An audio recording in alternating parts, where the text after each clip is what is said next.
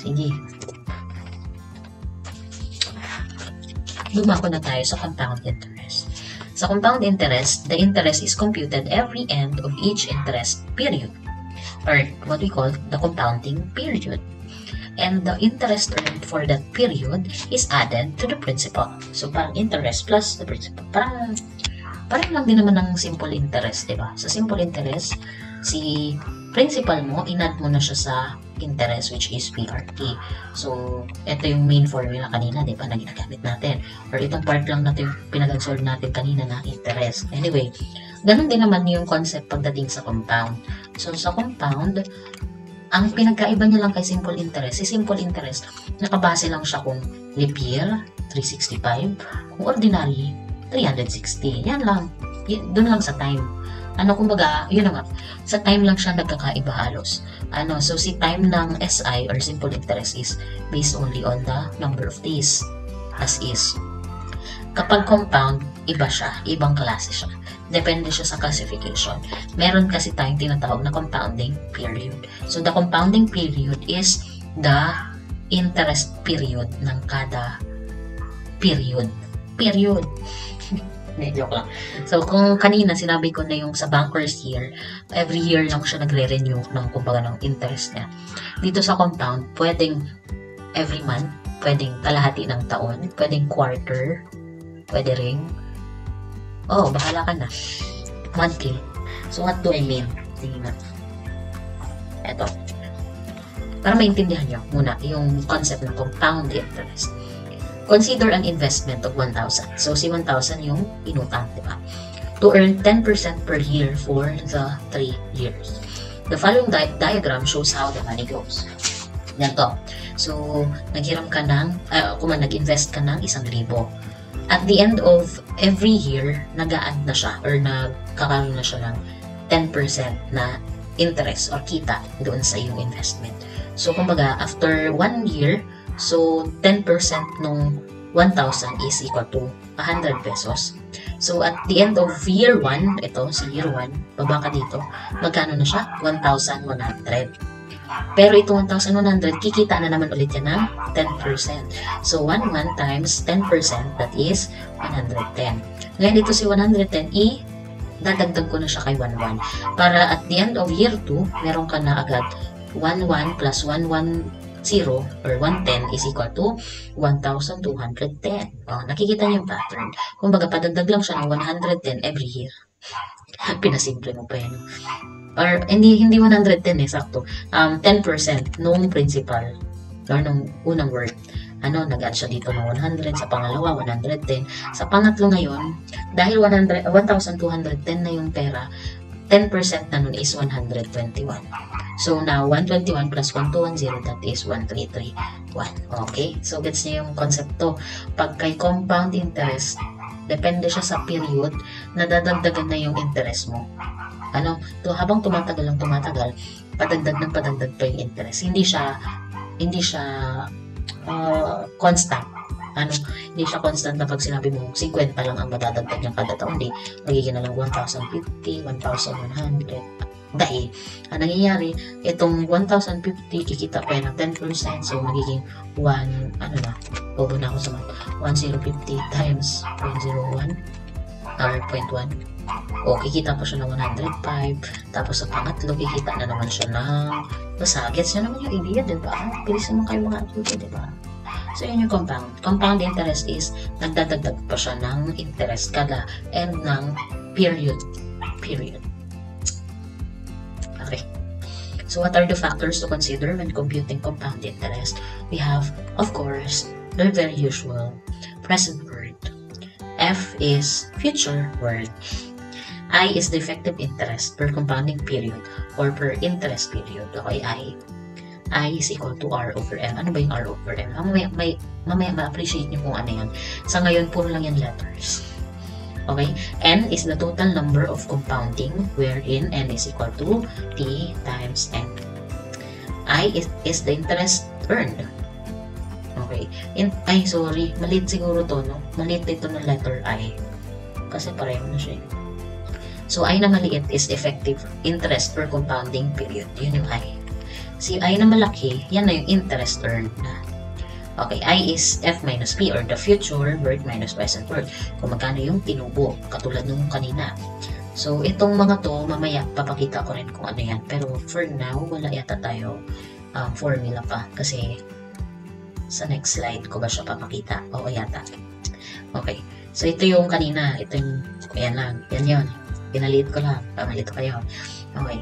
So, let us consider this equation. After n periods, the compound amount f or the future worth is f is equal to p times 1 plus I raised to n. Bakit? Natatandaan nyo ba kanina ang formula for simple interest is equal to p plus PRT? Parang yan lang din yun, or is equal to p times 1 plus RT. This is for ordinary or simple interest. Ito.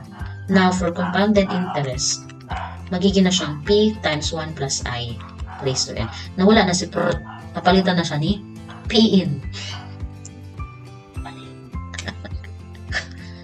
P-in. May pin. 1 plus I raised to n.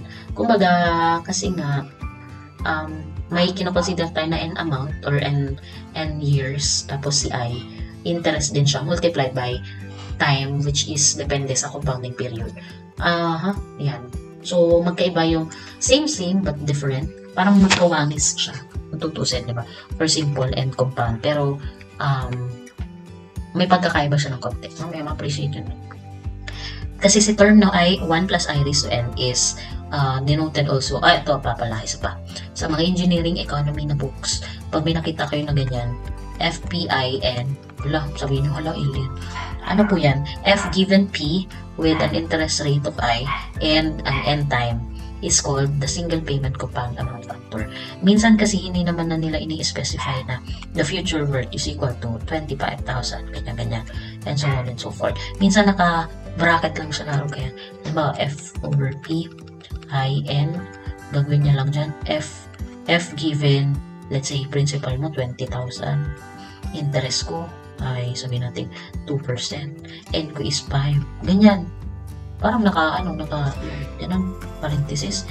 Pag ganyan na alien ka na, hindi mo na alam. Yan din yun. Yan din yun. F given P. So, the formula for F given P with I and N is future worth is equal to principal times 1 plus interest. Itong present worth, believe it or not, diba, F is equal to P times 1 plus I raised to N. Pag binaba mo yung P dito sa ilalim, parang mangyayari over 1 plus I raised to N. Binaba mo lang to dito. So, kahit ito lang ang tuo mo, okay ka na. Hindi ka mawawala sa problem. Kasi nga, ito, binaba lang naman. Alam mo, pati yan, tumin mo pa. Depende lang kasi yan. Kung ang given sa problem ay present worth, kung ang given sa problem ay present worth, edi ito ang gagamitin mo kasi ang nawawala dun malamang is future worth. Pero pag given sa problem si future worth, wala kang choice kundi hanapin yung present worth.